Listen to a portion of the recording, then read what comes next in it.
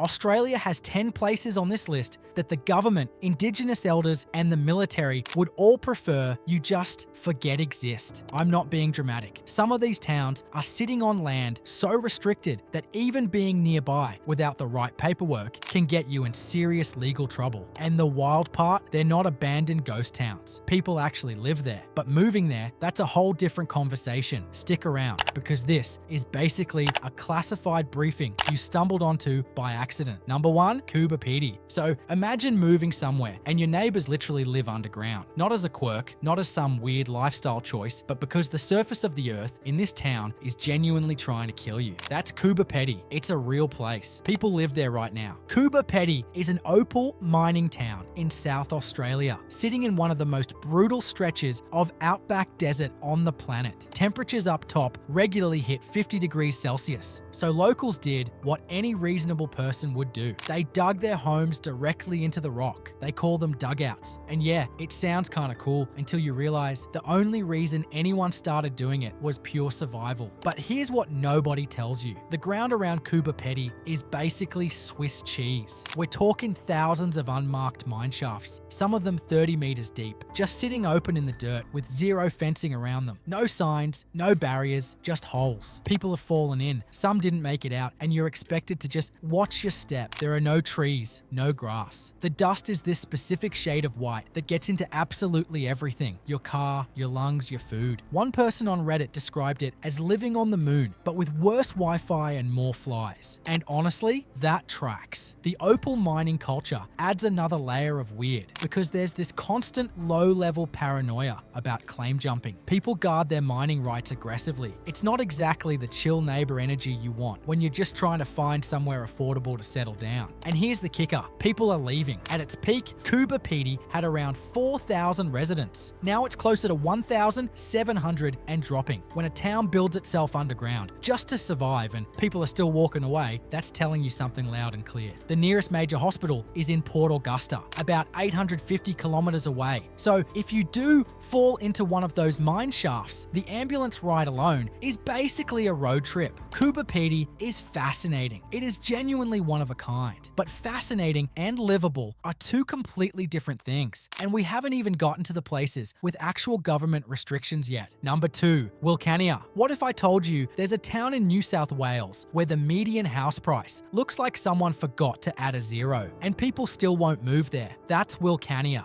And once you hear why, the price makes total sense. Wilcannia sits on the Darling River in far western New South Wales. Back in the 1800s, this place was actually booming, a major inland port with grand sandstone buildings and real river trade moving through it. Now the population is around 600 people, 600, and the river that the whole town was built around barely flows anymore. Here's what happened to that river. Upstream water extraction and years of drought have basically wrecked the Darling. We're talking mass fish kills, hundreds of thousands of fish dead, floating on the surface. The water that's left has hit crisis levels so bad that residents were warned at one point that the tap water wasn't safe to drink. The tap water in a town where the river is the whole reason anyone ever lived there in the first place. And the socio-economic stats are genuinely rough to read. Wilcannia consistently ranks among the most disadvantaged communities in all of Australia. Unemployment is extremely high. Services are minimal. The nearest major town is Broken Hill, about 200 kilometers away, and there is not much between here and there. If your car breaks down on that stretch at the wrong time of year, you are in a genuinely bad situation. The town is predominantly Aboriginal, and the community has been saying for decades that the infrastructure failures aren't bad luck. They're the result of governments actively choosing not to invest here. That's not a fringe take. That's documented, repeated, on the record frustration from people who live it every day. Crime rates are high relative to the population, and with almost no youth services or jobs available, that cycle is really hard to break. So here's the thing, Wilcannia isn't blocked off by a fence or a permit system. The barrier is something you can't see on a map. It's what happens when a community gets ignored long enough that basic daily survival becomes the main event. Moving there as an outsider, chasing cheap property isn't a bold move. It's just a bad read of the room. Number 3, Port Augusta. Port Augusta calls itself the crossroads of Australia. And look, that's technically true. It sits right at the top of Spencer Gulf in South Australia. And every road heading into the outback in basically every direction runs through it. Population around 14,000, so it's not some tiny dot on the map. But here's the catch. Being a crossroads means people pass through. It doesn't mean people want to stay. And the crime stats back that up. Port Augusta has one of the highest crime rates in South Australia. Consistently, assault, property crime, these aren't rounding errors. There are actual suburbs here where locals on forums will straight up tell you not to walk around after dark. Not me saying that. Residents, people who live there, that's the vibe you're buying into. The economy took a serious hit when the coal-fired power stations shut down. Those plants were employing a real chunk of the local workforce, and when they closed, the replacement jobs just didn't show up. So now you've got a town with a shrinking economic base, high crime, and the kind of stress that builds up when a community watches its main industry disappear and nothing comes to fill the gap. And then there's the heat. We're talking summers that regularly push past 45 degrees Celsius. The terrain around Port Augusta is flat, dry, and completely exposed. There's nothing to break the sun, nowhere to hide from it. It just sits on you all day like a punishment. There's also a significant indigenous population here that has faced the same pattern of systemic neglect you see across remote and semi-remote Australia. That history creates real social tension, and it's present in daily life in ways that don't show up in a suburb profile on a real estate site. Now, to be fair, Port Augusta does have hospitals and actual services, which puts it ahead of some places on this list. But that bar is really low when the comparison is towns with no medical infrastructure at all. As a hospital is not exactly a selling point that gets you excited about a place. So if you're looking at Port Augusta because the prices seem reasonable, just know you are absolutely pricing in a reason. We're heading north now, and the restrictions are about to get a lot more official. Number 4, Mount Isa. So there's a town in Queensland where the air quality has been a public health debate for decades, and people are still moving there for the mining money. Wild, right? Mount Isa is one of the most productive mining cities in the world. Copper, silver, lead, zinc, it's all coming out of the ground here. The population is around 18,000. There are actual amenities, and the wages in the mining sector are genuinely good. On paper, it looks fine, great even. But here's what nobody tells you. There have been serious, documented concerns about lead contamination in the soil and air around Mount Isa, directly linked to the smelter operations. Studies found elevated blood lead levels in children living in the area.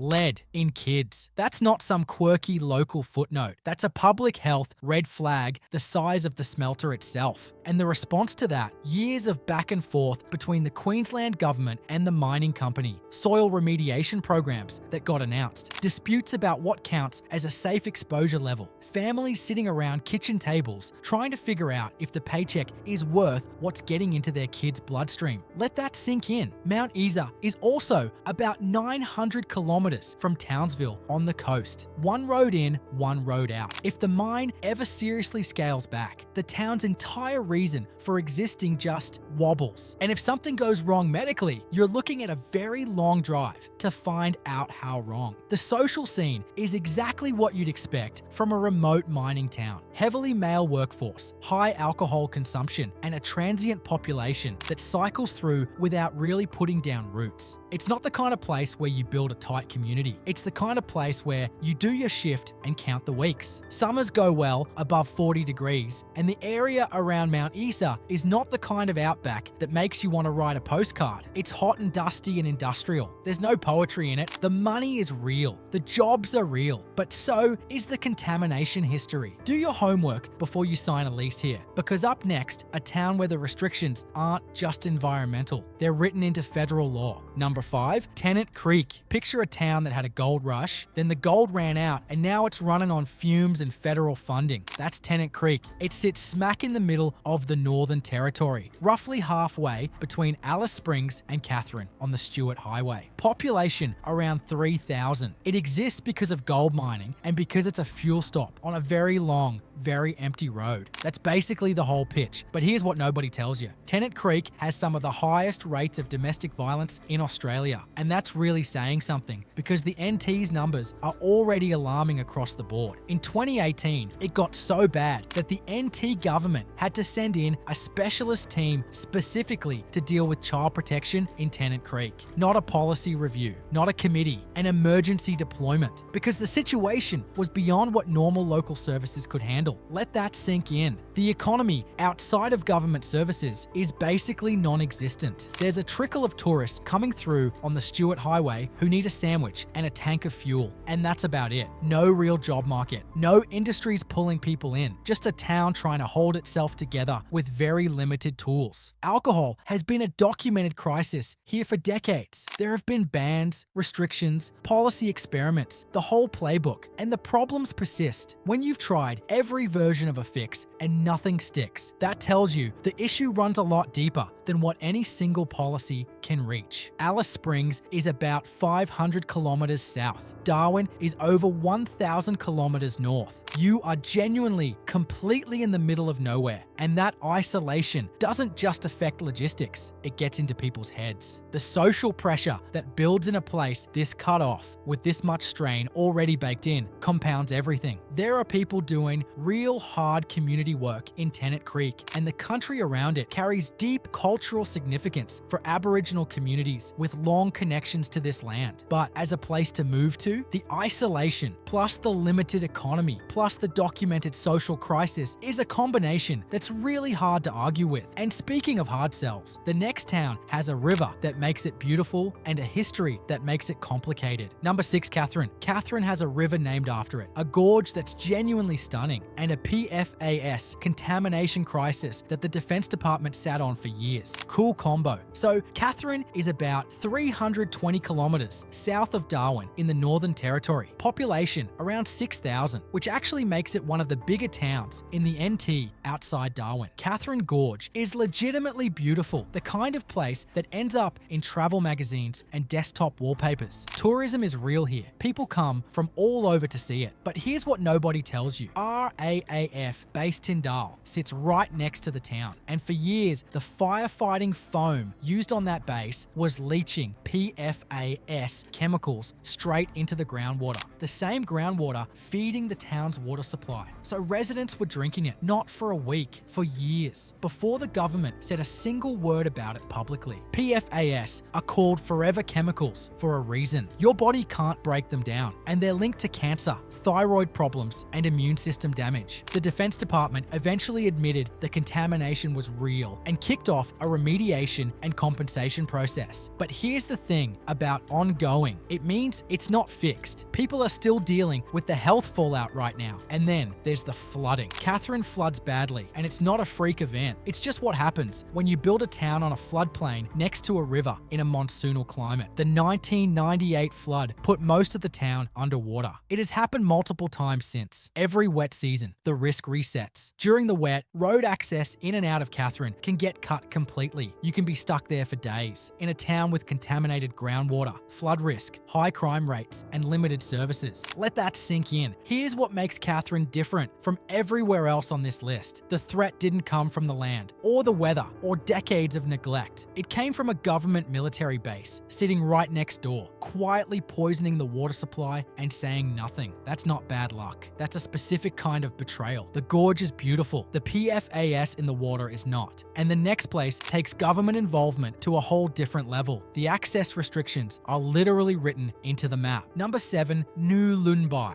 So what if I told you there's a town in Australia where you literally need a permit just to drive in, and that permit isn't easy to get, not a toll road, not a national park entry fee, an actual government issued permit that you have to apply for before you even think about pointing your car in that direction. Nulunbai sits on the Gove Peninsula in the far northeast corner of the Northern Territory. It's surrounded on 3 sides by Arnhem Land, Aboriginal owned territory under the Aboriginal Land Rights Act. So the only road in run runs straight through Arnhem Land. And to drive through Arnhem Land, you need a permit from the Northern Land Council. Full stop. And here's the thing, this isn't a formality. Arnhem Land covers about 97,000 square kilometers, and the traditional owners have the legal right under federal law to control exactly who comes in. No permission, no entry. It's not a suggestion, it's not a guideline, it's the law. And during the wet season, from roughly November to April, a lot of those roads become completely impassable anyway. So even if you have the permit, the land itself might just say no. Newlanby was built as a company town for the Gove bauxite mine, run by Rio Tinto. The whole town exists because of that mine. So when the alumina refinery scaled back hard in 2013, the population dropped fast from around 3,800 people down to under 3,000. And you felt it everywhere. The supermarket scaled back. Businesses closed. Pool hours changed. When the company that built your town pulls back its investment, every single amenity takes a hit. You can fly in, there's an airport, but flights are expensive and limited. So your options are basically a pricey plane ticket or a permit application, followed by a very long drive through stunning but completely unforgiving remote terrain. The Yolngu people of this region have held on to their culture and language with real strength. This is their country. Nhulunbuy exists inside that reality, not the other way around. And that shapes everything about what life looks like there as an outsider. The first call you'd make isn't to a real estate agent, it's to the Northern Land Council. Number 8, Alice Springs. Alice Springs is probably the most famous outback town in Australia. It's also been in a genuine law and order crisis for the past several years, and the federal government had to step in. So here's the setup. Alice Springs sits almost exactly in the dead center of Australia. Population around 25,000. It's the main hub for the Red Centre, the gateway to Uluru, the place every tourist photo of the outback is vaguely associated with. Airport, hotels, restaurants, real infrastructure. Sounds like a functioning town, right? But here's what the tourist brochures skip over. The youth crime crisis got so bad in early 2023 that the Prime Minister literally flew out there personally, not a press release, not a spokesperson. The actual Prime Minister on a plane to Alice Springs. Carjackings, break-ins, assaults. The crime rates here are among the highest in Australia by population, and both Indigenous and non-Indigenous locals had been demanding action for years before it finally made national headlines. And the reasons behind it aren't a mystery. Extreme poverty in surrounding communities, almost no youth services, serious housing shortages, and a social services system that has been underfunded for decades. These aren't new problems. They've been documented, flagged, and largely ignored for a long time. The NT intervention cast a long shadow here too, and the fallout from that is still very much part of daily life. Then there's the alcohol situation. Restrictions have been reimposed, lifted, and reimposed again. It's been a political back and forth for years. Alice Springs sits right at the crossroads of debates about race, poverty, sovereignty, and public safety, and nobody has cracked it yet. Let that sink in. The heat doesn't help anyone's mood either. Summers hit 45 degrees. Winters drop close to zero. The temperature swing across a single year is genuinely extreme, more range than almost anywhere else on Earth. And here's the part that really gets me. Housing costs are surprisingly high for an outback town. Government workers and mining sector demand pushes prices up, while the social environment pushes quality of life down. So you're paying a premium for a complicated situation. The landscape out here is stunning, genuinely, and the situation on the ground is genuinely hard. Both things are true at the same time, and neither one cancels the other out. Number 9, Broken Hill. Broken Hill is technically in New South Wales, but it's closer to Adelaide than Sydney. And honestly, it's closer to what happens when a mining boom ends than either of them. The town was built entirely on silver, lead, and zinc mining, starting in the 1880s. At its peak,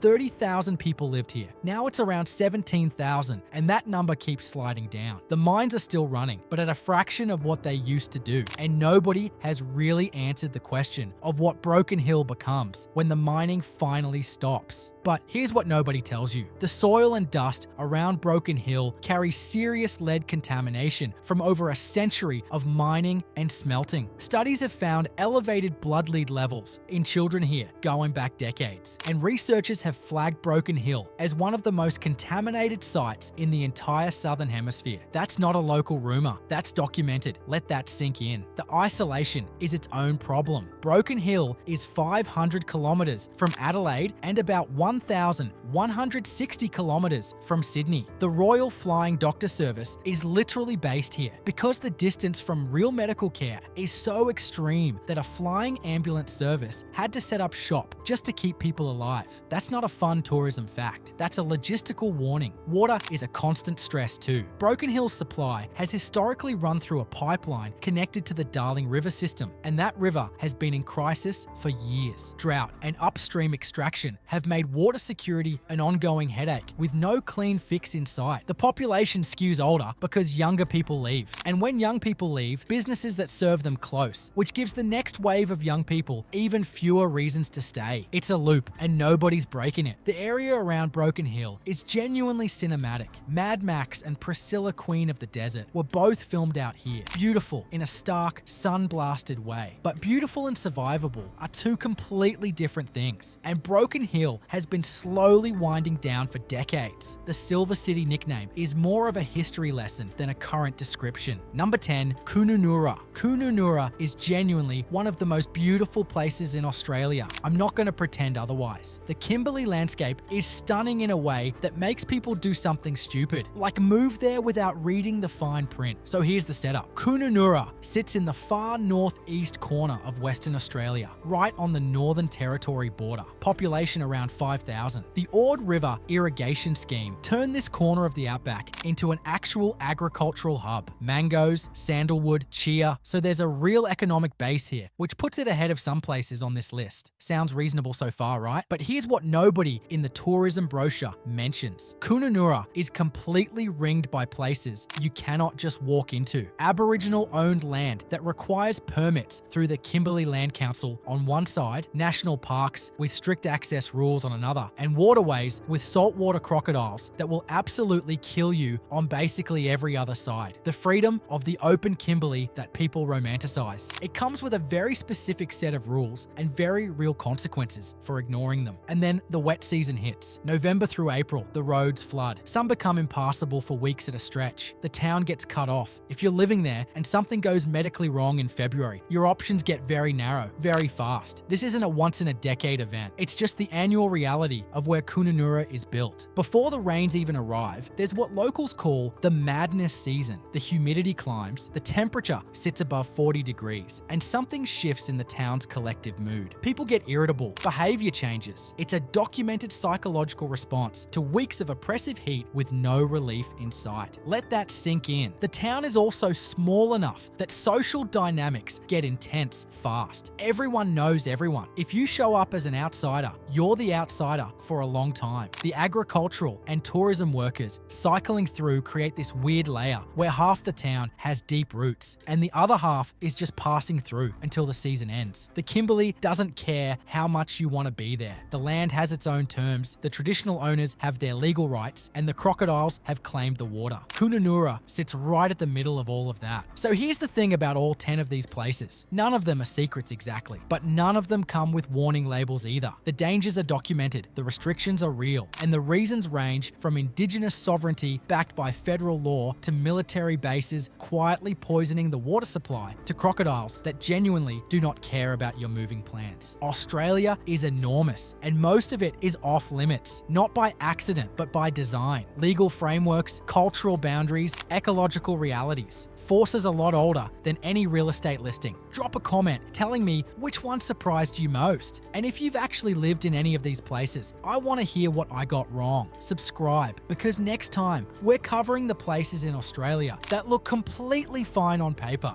until they absolutely aren't.